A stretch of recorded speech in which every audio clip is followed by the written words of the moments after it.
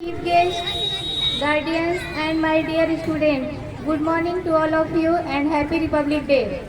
Dear students, you know that our country on 15 August 1947, but our country needs to constitution to run because our country बच्चों तुम लोग जानते हो कि हमारा देश 15 अगस्त 1947 को आज़ाद हुआ था, लेकिन हमारे देश को चलाने के लिए एक संविधान की जरूरत थी, क्योंकि कानून के तहत ही सब कुछ अच्छे से चल सकता है। हम एक साथ तभी एक जगह अच्छे से रह सकते हैं जब किसी के साथ कोई भेदभाव ना हो और हम एकता के साथ रह सकते हैं। हमारा देश में छुआछूत और ऊंच नीच का भाव बहुत चरम सीमा पर था, जिसे हमारे देश के महान क्रांतिकारियों को भी के मन में था। जैसे हमारे देश के महात्मा गांधी वो अक्सर कहा करते थे कि जब तक हमारे देश में सभी को एक जैसा नहीं रखा जाएगा तो हमारा देश आगे नहीं बढ़ सकता है। जैसे कोई आगे हमारे आगे उंगली उठाए और हम भी उसके आगे उंगली उठाए तो वो हमारा उंगली तोड़ देगा, लेकिन अगर हम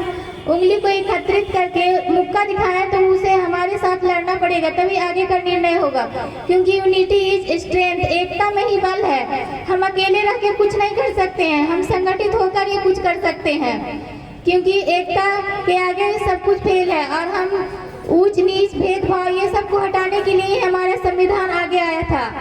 हमारे दुनिया का सबसे बड़ा संविधान हमारे देश का संविधान है। जब हमारे देश में छुआछूत की बहुत चरम सीमा पर थी, वेद पुराण में ये नहीं कहता है कि हम किसी के साथ छुआछूत करें, कोई ऊंच नीच।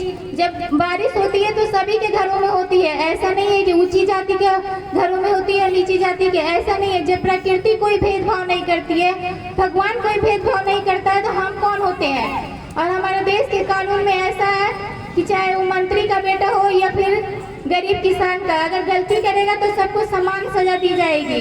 पहले राजतंत्र में कुछ छूट दी गई थी, इससे ही हमारे देश में छुआछूत की बीमारी आ गई थी और बहुत चरम सीमा पर थी।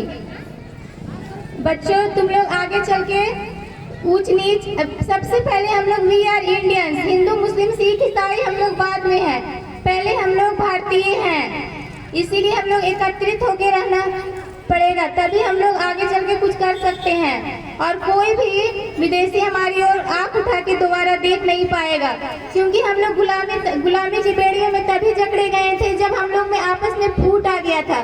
सभी राज के जो राजाओं थे वो बस एक अपने आप में ही सीमित थे, लेकिन अब ऐसा नहीं है। हमारे देश के कानून के तहत केंद्र सरकार के द्वारा ही पूरे देश पे शासन होता है। इसीलिए हमारे कानून सबसे अच्छा, पूरे दुनिया का सबसे बड़ा कानून है। Thank you very much and जय